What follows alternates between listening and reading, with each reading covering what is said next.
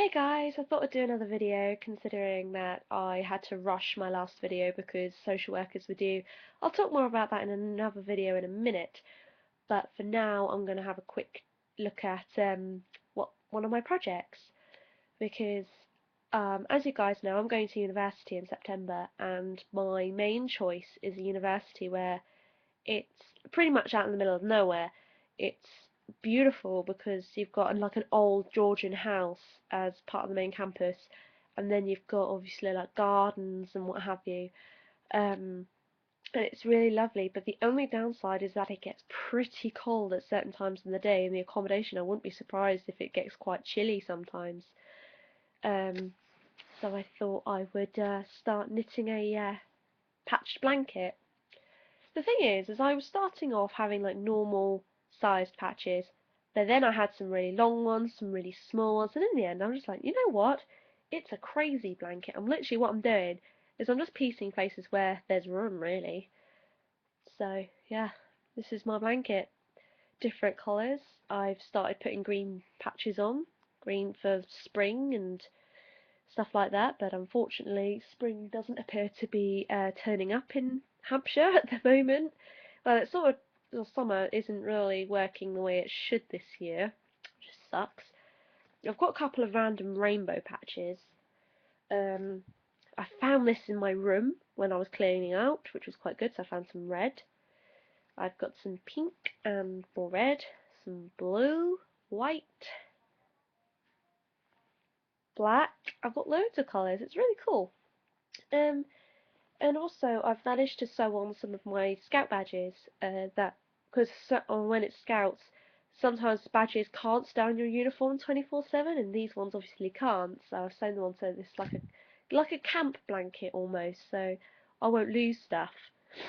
So this first one is the 10th anniversary badge for Scout Network and Explorers, because that's not been around as long as you'd think for us older people. Usually, before Network and Explorers, you had to leave scouting at 14.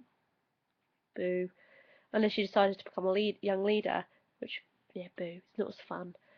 Um, every Guidance Scout got one of these in the UK, a Diamond Jubilee badge, and my Gangshow badge, which is quite cool. But you get two of those. You get issued with two. You get one for your camp blanket, and you get one to sew on your uniform.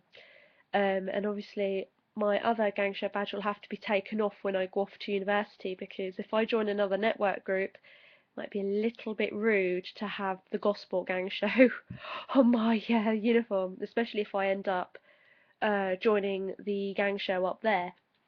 So yeah.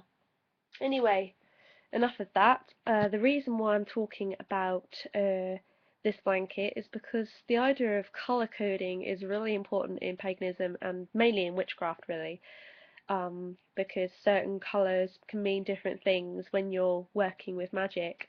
Um, and it's like with this blanket, I could easily meditate on the different colours if I wanted to, which is another nice thing to have. Like almost like one of those prayer shawls that the Jewish people have. I can't remember the name, which is really bad considering I got an A in RE at GCSE, but that was 2 years ago. Anyway, so yeah, like green is obviously new beginnings, good luck, stuff like that.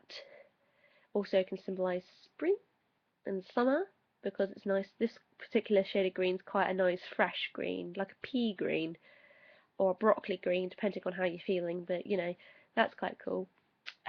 This one, I don't know how to describe these ones because I've got the walls in this bag in front of me actually. Nope, that's not it. That's not it. Oh, God, I've got to try and find it now. Aha! There's not much of it left because I knitted quite a bit of it, but this wool is pretty awesome.